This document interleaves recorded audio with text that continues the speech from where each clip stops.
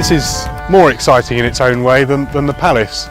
Palace buildings or similar buildings, there's quite a few of those around, but medieval gardens are notoriously difficult to identify and make any sense of. The evidence we've got here is perhaps the best evidence that we could possibly hope for the form of a medieval garden.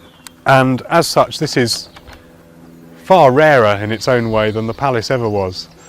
The heritage of this piece of land is extraordinarily important. I know you'll do a good job of looking after it, won't you?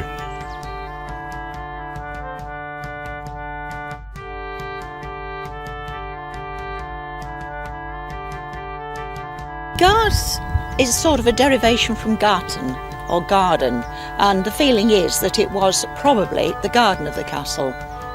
The castle was originally given to the See of York in 987 or roundabout by King Athelstan, and it was in 1200s it was crenellated and built into a proper castle, and kings and queens have visited and lived there, and it's been a very important part of the royal, if you like, the royal visiting trail. Well, the Garth is a scheduled ancient monument. It belongs to the parish council. They bought it to stop 90 houses being built on it. And the great crested newt was found to be there, so this protected the site as it's quite endangered. As well as the great crested newt, there is the common or smooth newt.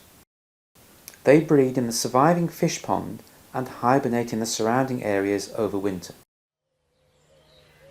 To administer the Garth, an organisation was needed. The Garth Group was formed in 2003 after the public meeting with English Heritage and the Parish Council. People volunteered to form a group to look at the possibility of producing a management plan, a conservation statement, and look to get funding to investigate the ecology, the history and access to the Garth. We meet monthly. We're supported by the Parish Council in what we do, and they use us as an advisory group. This large area in the heart of the village is covered in undulations and water features. So presumably those undulations were the first thing that engaged your historical interest? They are.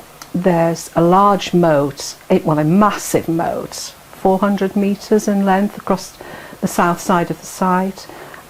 There's an inner moat which surrounds the garden feature, and between the two there are earthworks which we know not what they are.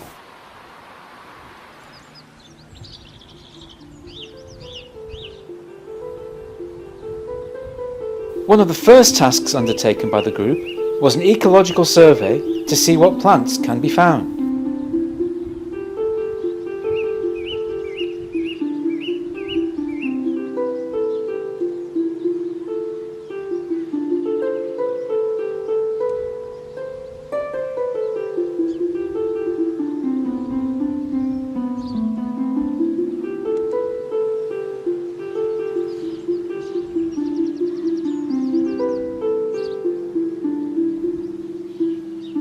But all was not well.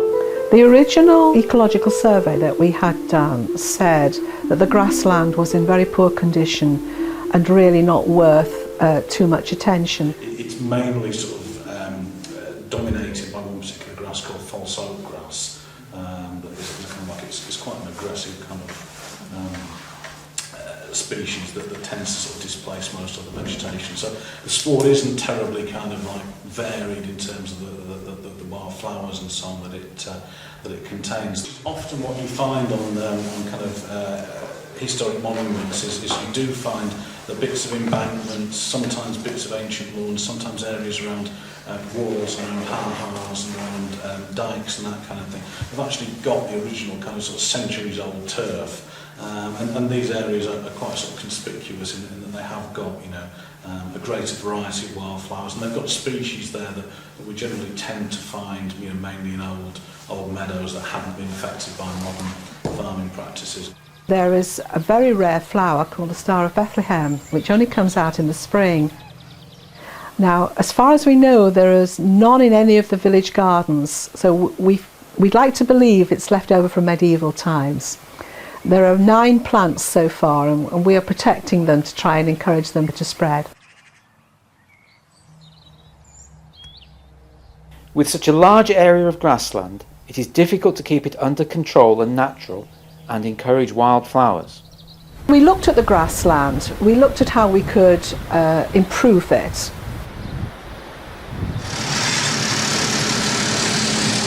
There is a farmer nearby who has a small tractor who will cut it, but he can't remove the hay.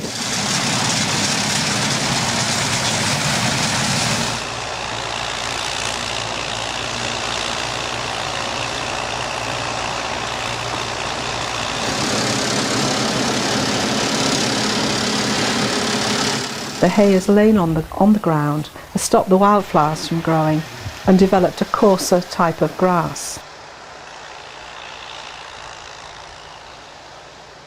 A small area was chosen to develop in the hope that wildflowers could be encouraged. This task was undertaken by members of the Garth group. Don't these wildflowers appreciate all this hard work?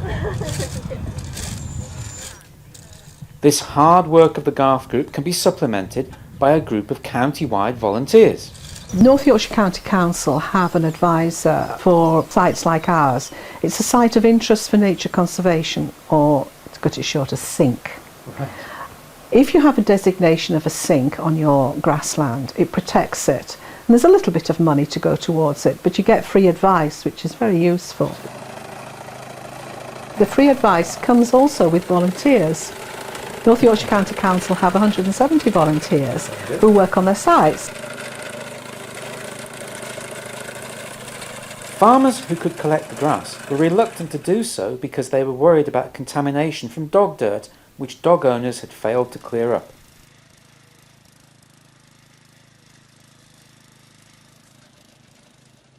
A farmer now collects it for animal bedding. The introduction of sheep is also an effective way of keeping the grass under control.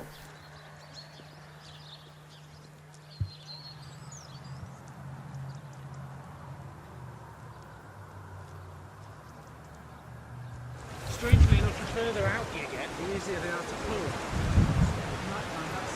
One of the problems that we've had is the invasive reed mace plant growing in the water features, particularly the pond. Work in the pond is limited to between November and February and requires some very hardy souls.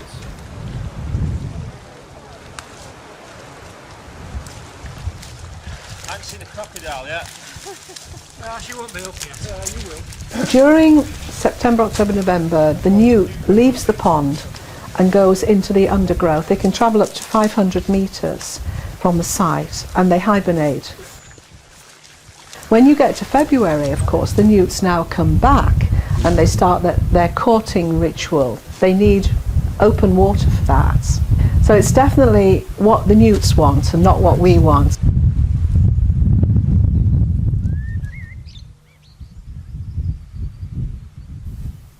Apart from the dips which formed the ponds, there is evidence of other earthworks. And these undulations, are they also, as well as being moat walls, are they evidence of buildings? Well, we believe there are walls beneath the surface of the grass, and this has been found through geophysical surveys, which are non-invasive surveys of the land.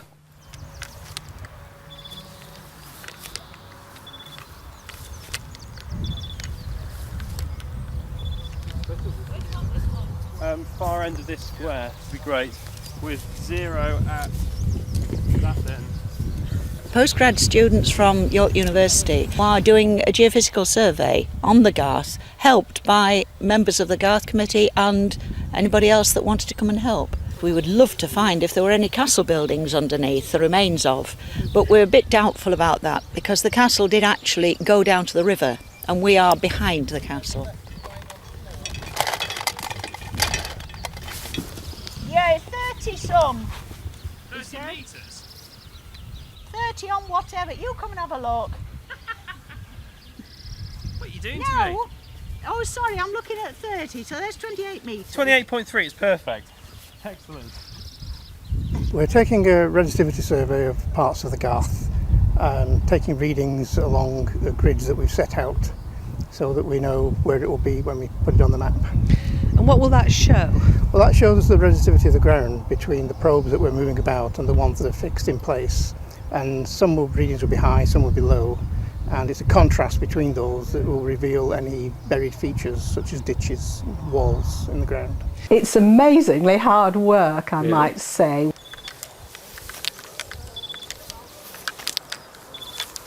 If there is a burning or pit or wall, it shows up as a spike or a mark on the computer.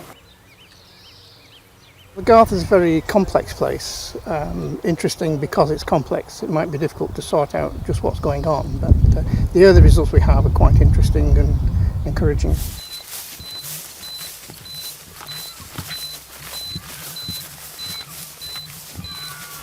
To do a magnetometry survey, you need to wear soft clothing with no metal attached because it picks up the magnetic impulses from the Earth. This was part that we couldn't do because glasses or fillings in your teeth or zips you weren't allowed to have. And it shows certain features which don't show up on the others.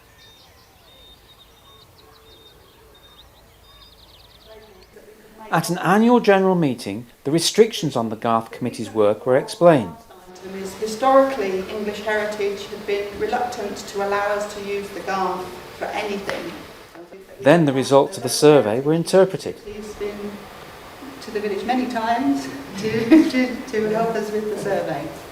So thank you for coming tonight, Frank. You can please tell us what you learned. What we did, we spent all that time going up and down the Garth Yes, indeed. to find out. Good evening, ladies and gentlemen. My name is Frank Clough, Carl's Day. In a former life, I was a civil engineer, but I'm now a student at York University, taking a master's degree in field archaeology. Frank took the meeting through the problems encountered, from tufted grass to electrical earth currents from the domestic electricity supply. The white areas are interesting because there are big white areas with a dot in the middle, and that is very typical of an iron object on the ground. So there's all sorts of reasons why these signals can be here, other than archaeology. A damp area suggested a possible silted up pond. Other indications were of bits of metal, some of which could be from ancient nails, to modern ring pulls. The results showed potential areas for further investigation. All along we've been supported by English Heritage, but you reach a point sometimes where you do need to pay for expert help. And to do this, they recommended we apply for a local heritage initiative fund. Part of the remit of the funding was to train the village, to give the village experience, to learn, as well as to find out historic facts. So a lot of what I'm going to be telling you today is really stuff that I expect you'll think, oh, of course it is. That's fairly obvious now I think about it.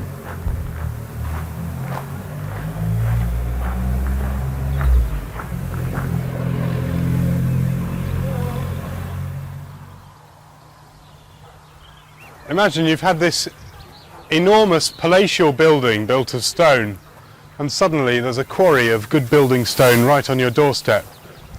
When you look at a wall like this, you've got a bit of sort of bodging here. You've also got, if you notice, a bit of a window moulding here. You see the chamfered edge there, and this little bit of sculpture, who knows where that's from, probably supporting an arch springing off it. This, I suspect, is essentially a medieval wall, and presumably is the rearmost boundary of the palace complex. But this wall in particular has a symbolic value because it's fronting onto the river, and the river is an important sort of axis for trade and so on. So this would be a nice showy wall. Originally, it's probably something like 9 foot high, if not more. So it would be quite an elaborate piece of work. It goes down a heck of a long way, another 2 or 3 metres.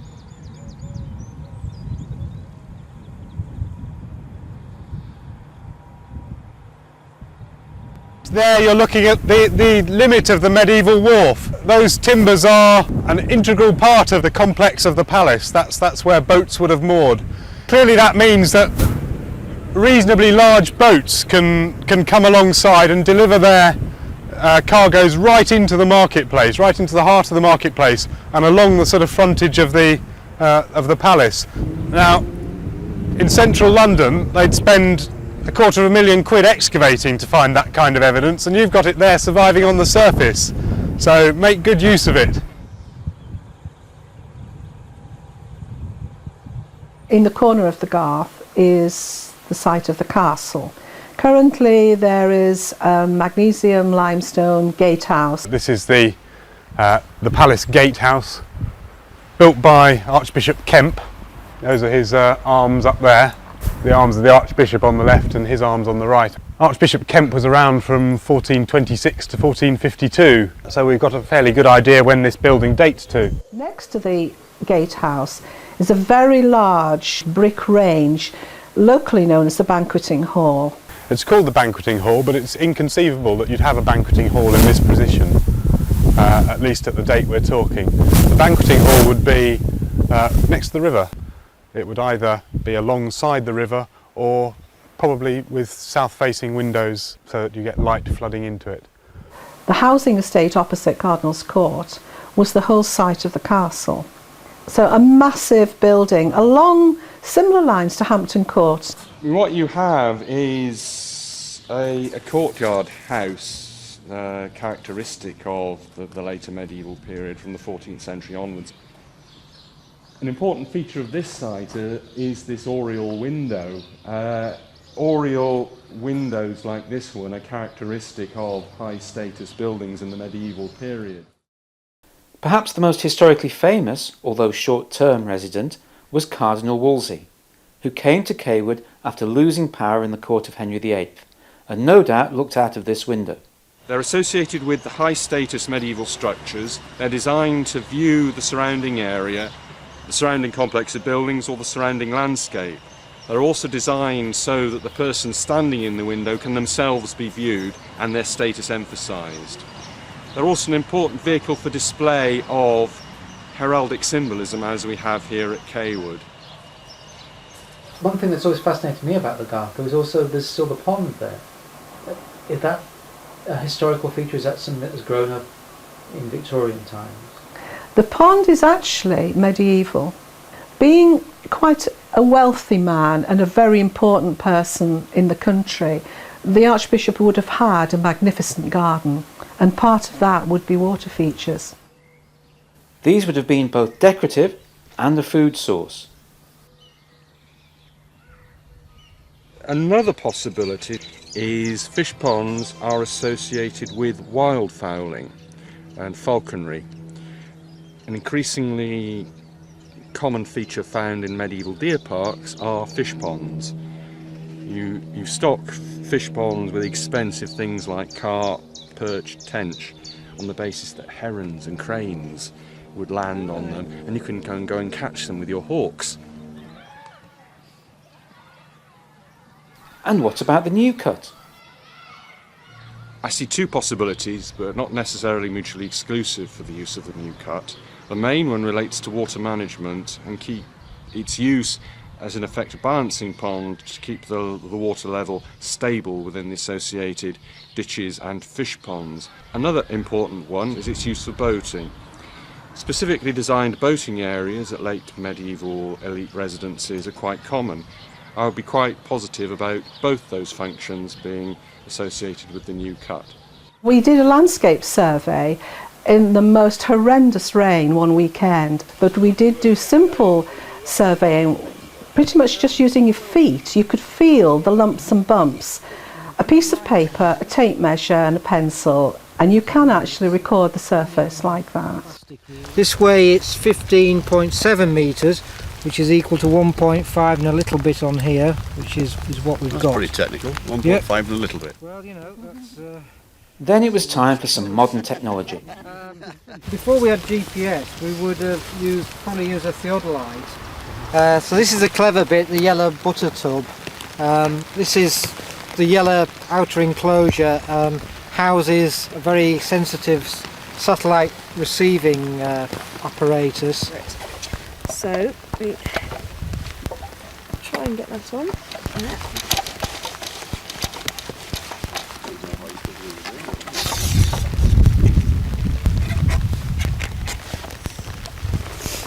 Next to the surviving pond on the Garth, there is an indentation where a second pond existed.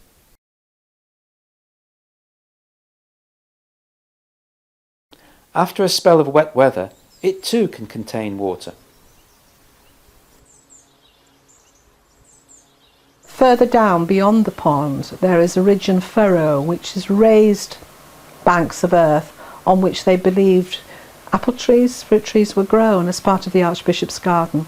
You can see that these exist as low humps and bumps. Can you see a shallow gully running through there, then a ridge, a shallow gully running through there, and then a ridge, and so on and so on and so on down. They're very short strips. We're not looking at an episode of ploughing after the desertion of the site, where they've just smacked across the top of everything and ploughed right over everything that was there earlier. Are we then looking at a component of the real medieval garden again? We've got, you know, ornamental ponds laid out very geometrically there, and here we've got staggered rows of fruit trees on either side of some central, presumably walkway, something between the two blocks. Ridge and furrow was very much favoured for planting orchards on. You plant your trees along the top of the ridges because they had better drainage that way. Not all features are medieval. Vegetation can help you work something out. We thought it was some sort of avenue connected with the garden, and then suddenly we realised what had happened here. That this is where you've got seedlings springing up all the way around the edge of these concrete bases that we're standing on, and so you've got almost timber halls, haven't you now? It's fantastic. And these are very typical of the concrete bases you get for Second World War Nissen huts and similar buildings like that. Often you'll also find a plinth at one end where the doorstep came down. But you've then got those two gate posts there, one of which was lying down, which are concrete and therefore relatively recent, and therefore presumably they go with this little Second World War enclave. Nissen huts were placed on the Garth to enable people to stay there whilst they came to work in the village. And these were mostly school children who came over from Bradford, Leeds, Sheffield, stayed for a short time on the Garth and went to help on the farms. We discovered a lady who had stayed there, and she could tell us what was in the huts, where they ate. The site now is just concrete bases with fungi and lichen growing on them.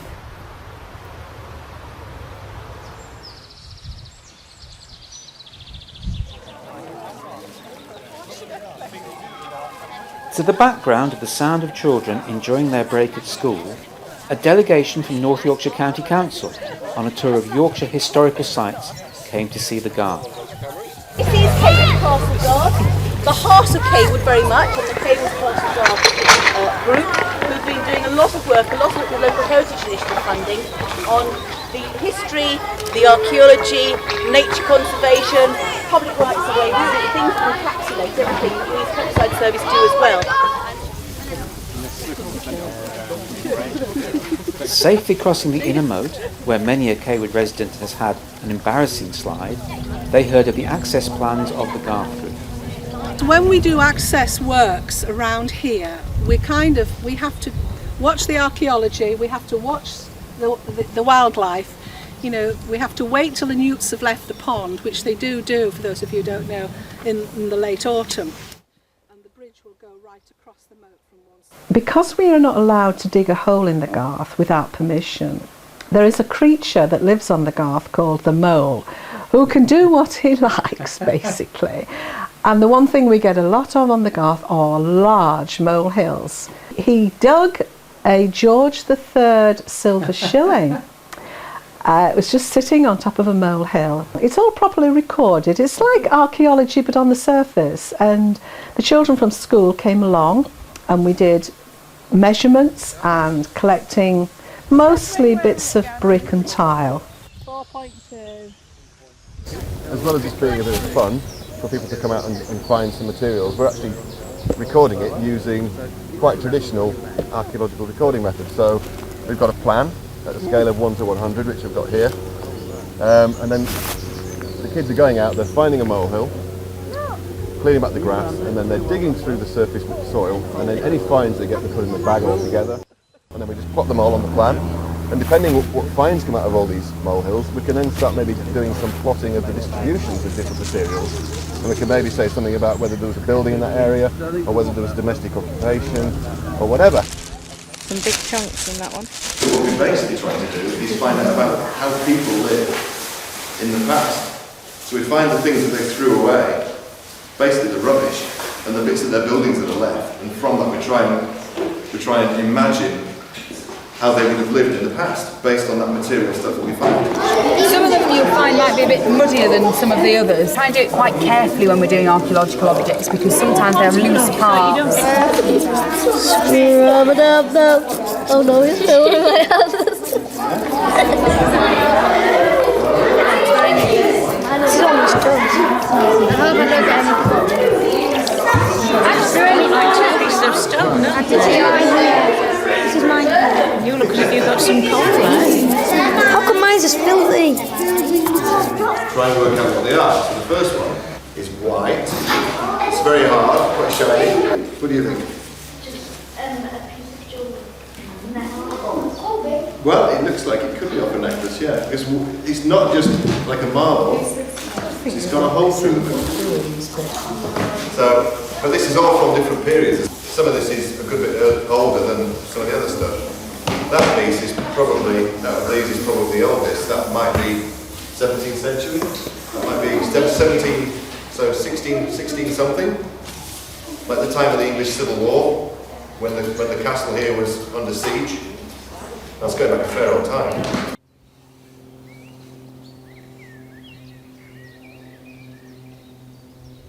As a village enterprise, the Garth group sought the views of Cawood residents. To find out what they would like about the Garth, we surveyed the village, because the village owned the Garth. And we had some very interesting answers. Some people didn't want anything to happen to the Garth at all.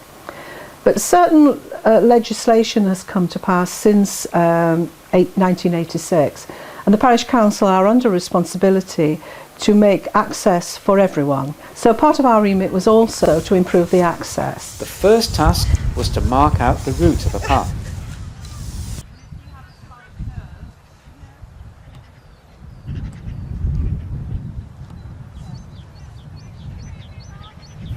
The next was to cross the inner moat with a bridge.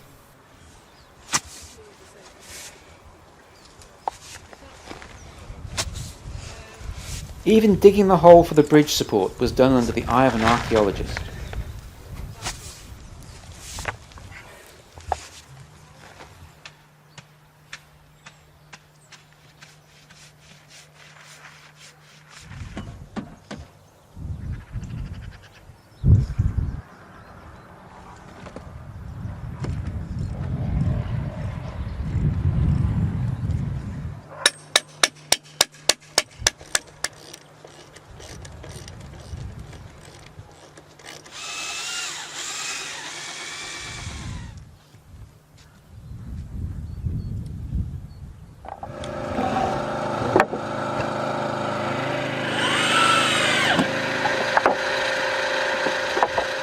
It wasn't long before the benefit of the work was being experienced. We were only allowed to do this between the end of November and the beginning of February, and we worked very hard, and we put a footpath from the castle entrance in Thorpe Lane to the school entrance in Broad Lane. They took about 3 inches of the topsoil off, and they laid scalpings, which is recycled road surface. And the best surface for wheelchair access was a hardcore base with shortcut grass on top of it. So that was what we agreed.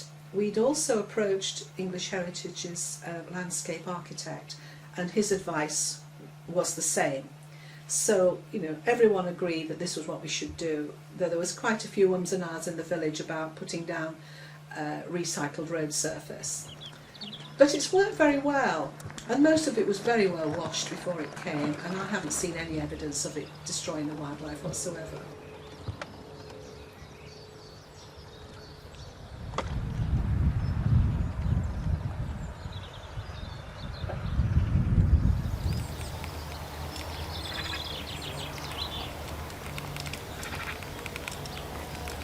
thank you everybody for coming today. It's to celebrate the opening of our new bridge. Most of you know why we have it here, but our inspiration came from Mary Atkinson, who's with us today. Mary has lived here a very long time. She's enjoyed coming on the Garth for a very, very long time, but recently she's not been able to get here through a lack of mobility. So Mary, if you would do us the honour of opening the bridge. Now, it might not be as, well, what shall I say, as elaborate as the bridge over the river, but believe you me, I'm quite sure it'll be well used. The first time I came across here, I think it took me over half an hour to get across the field, because I kept stopping and looking and seeing the houses, you know, from the point of view that I hadn't seen them for years. It gives me the greatest of pleasure to declare this bridge open. Hooray. Thank you. Looking straight to me, big smiles, go on, look happy. Hands away from faces, straight to me, that's fine. And again.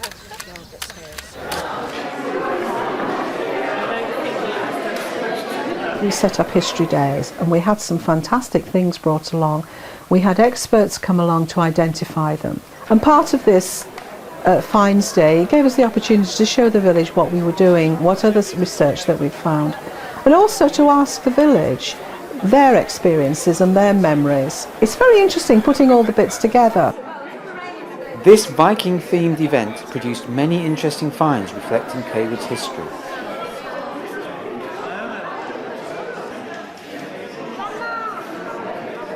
Well, the first find of note that we've seen today is this piece of greyware. And this is a Roman pottery sherd, and it dates to the 2nd, 3rd century.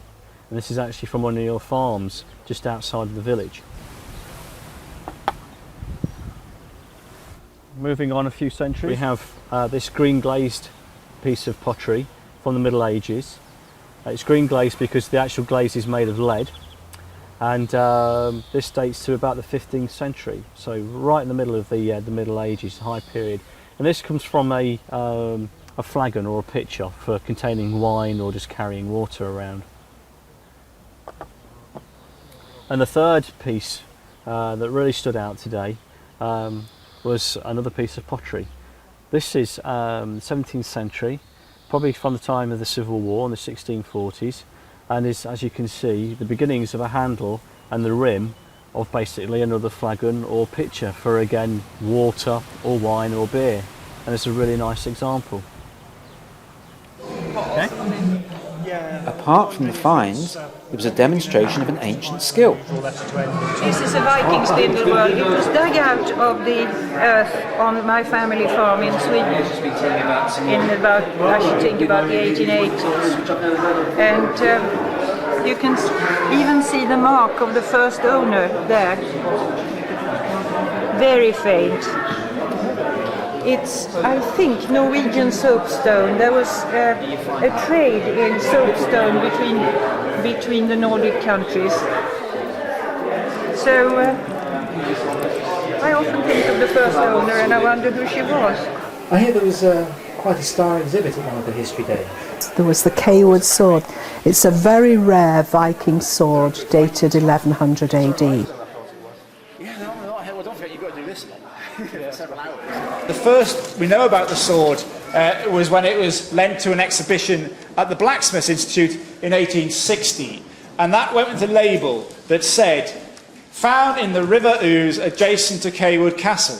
In the fuller on this sword, on either side of the blade, there's an inscription, and it starts with a cross and ends with a cross on both sides, and it's a series of letters. They make no sense as words at all. They just are a series of letters. So we have an inscription running down both sides of the blade, which makes it really rare. There's only 5 swords in Europe at this date that have inscriptions on them, and the best one comes from Cawood.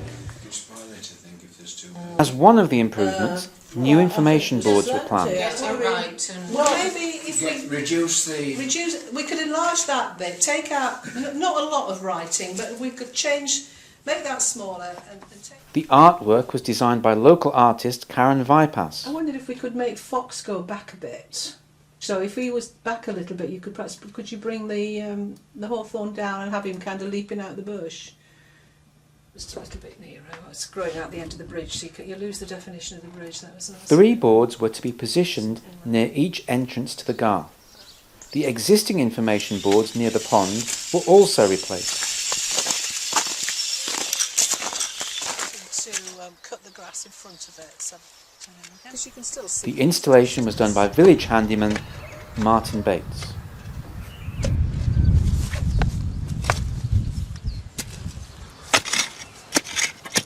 Oh, that's nice. It's like a bit of glass, is it? molten glass. That's, Even digging the holes for the boards meant that any finds needed to be recorded. Somewhere near, it should go straight in.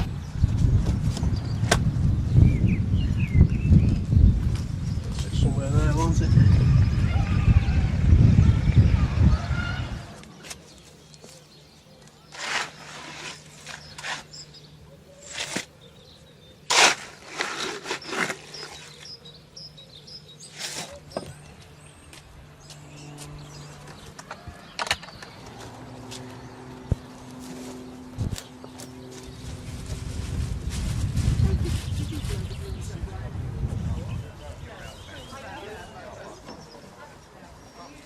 And we're here to unveil our new information panels, which have been produced with the aid of the lottery money.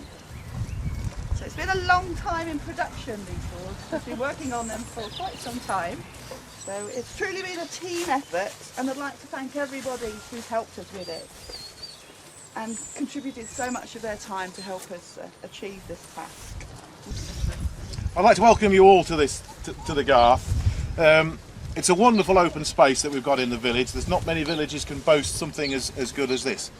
You can walk across here on a dark winter's morning with a sky full of threatening snow clouds and appreciate it just as much as you can on a summer's evening when there's a gentle breeze blowing and you can hear nothing apart from sort of kids playing on the swings and coming over on the evening breeze. Basically, it's now no longer just a place to come and walk the dog. Here we go. It's exciting. Here we are. Let's go.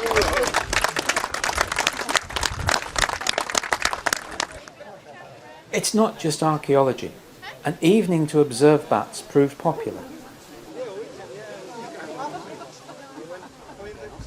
And it is a bit breezy, but it's not too bad because bats don't like really strong winds. There won't be any bats out for about another 15 or 20 minutes yet. It's about when they start coming out, because they start coming out not long after sunset. So we've brought some bat detectors with us because you can't hear the sounds that bats make. But on the whole, they're actually speaking far too high up the range for our ears to pick up. But the bat detector picks it up and converts it into a sound you can hear.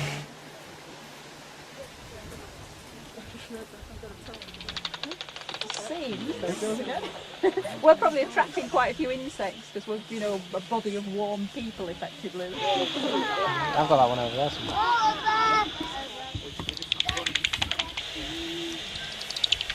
Got that.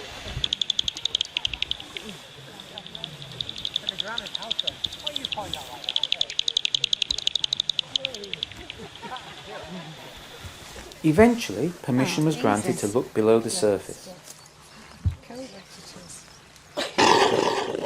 So that has gone on to proper clay. Oh. We've done core sampling, and the sample taken out is looked at, and such a lot can be found from this. A lady called Kath Neal came along. She was a postgraduate student at York University, and it was at English Heritage's suggestion that she came.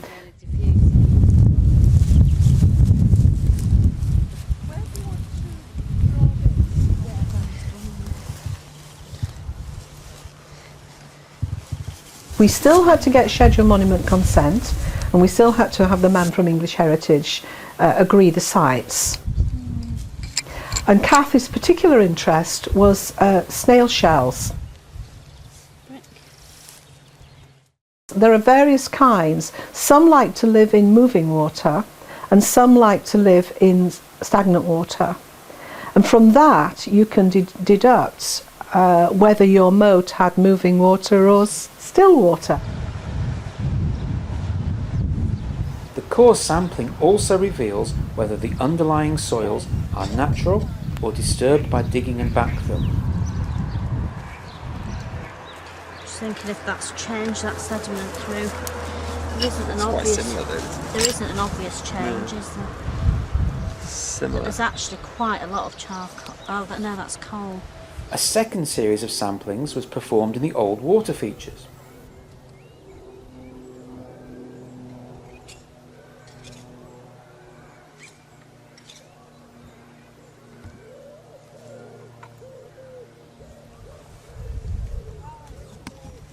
What we're aiming to do is to look at organic residues present within the sediment. So we can look at the changes in the environmental conditions that occurred as an aquatic environment developed, so over its history.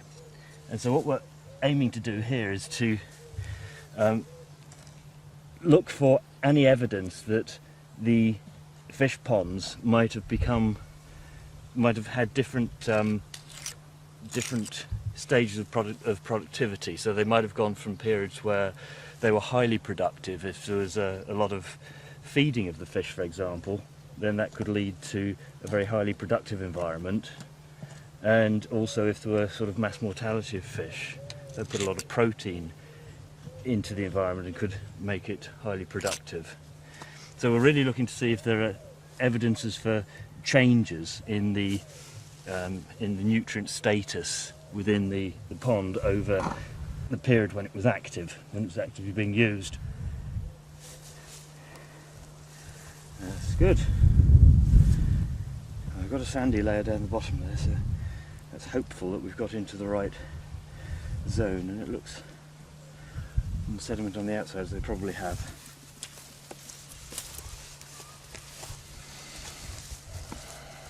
That looks like it's got quite a lot of that shelly material in. Yeah. The group always wanted to do some archaeological excavations, and in 2008 a meeting with English Heritage proved fruitful. The site is protected as a scheduled ancient monument, and you're not allowed to dig or break a surface, even for a tent peg, without permission from the Secretary of State. And the consent gave us 6 1-metre test pits over a period of 3 years, if that was what we wanted. We're going to do 3 out of the 6 test pits. So they're only 1 metre by 1 metre, so they're very small. And we've taken away the topsoil in 2 different trenches, and we're now starting to excavate the material that's underneath them. So that's 4 layers already that we're dealing with. So far we've recorded 1 of those layers, so I need to get on and make sure that we've recorded all 4 of them. Otherwise we're getting behind with the recording process, and that's disaster in archaeology. If you don't actually keep up with your recording, then you're digging stuff away, not recording it, and it'll never be seen again. Okay. We don't have.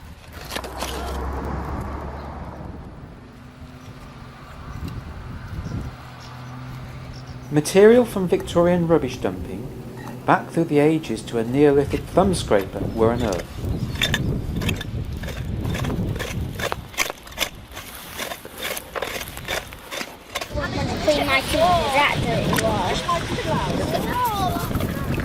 I think I've almost finished it. We found bones. We found a bone! We've got pieces of what looks like brick coming through. There's pieces of charcoal, and there's a piece of pottery. How's it going? I'm finding little pieces of shell. Okay. A piece of pot. Scattered charcoal. Yeah.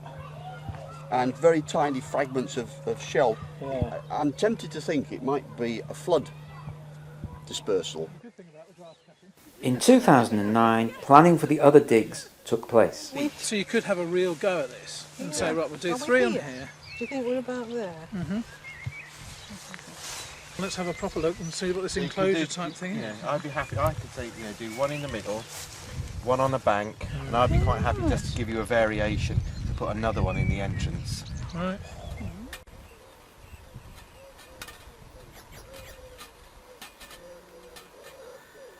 We're trying to answer questions about what happens where the new cut meets the Bishop's Dyke. Was it possible for you to bring a boat down the Bishop's Dyke and turn into the new cut?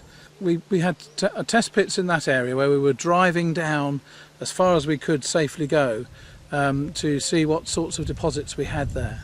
And we found that we went through quite a number of layers of build-up of material that was Victorian. It's a big heavy piece. It is, isn't it? That's nice. Oh, we've got a name on it. Have we? F-R-E. We had some last year that was a bit like a milk bottle.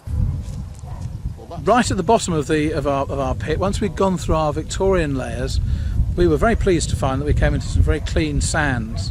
And those sands could either be natural, laid down by the glaciers many thousands of years ago, or indeed they might actually be backfilling that's gone on to fill in the gap between the Bishop's Dyke and the new cut. When we clear that up, you can get a better look anyway. Not only were we trying to answer questions about the Bishop Dyke and the new cut, we were also trying to answer questions about features that have been identified by the English Heritage team who'd helped in creating a landscape survey of the whole of the Garth some years earlier.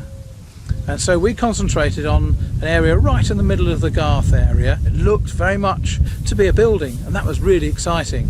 So much so that English Heritage actually allowed us to do an extra test pit just to try and be sure to make the most of our building. Of course, you can see here that we have tile into the bulkhead, but we also have a layer of grit and soil over the top of this. So we may well be looking at 1 and 2 layers.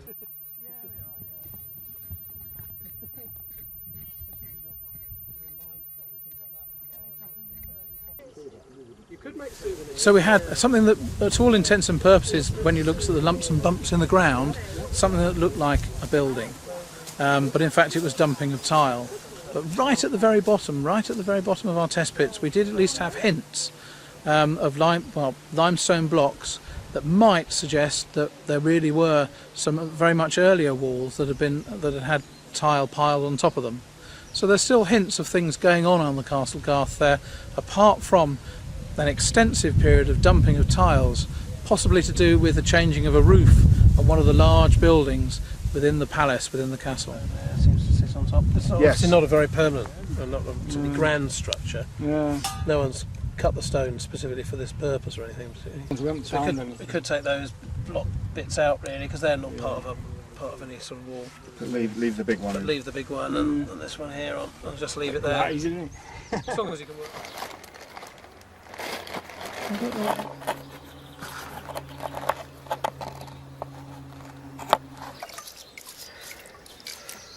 So you think you've got just a load of mud, and then when you wash it, it actually produces little bits of pot that you hadn't expected. So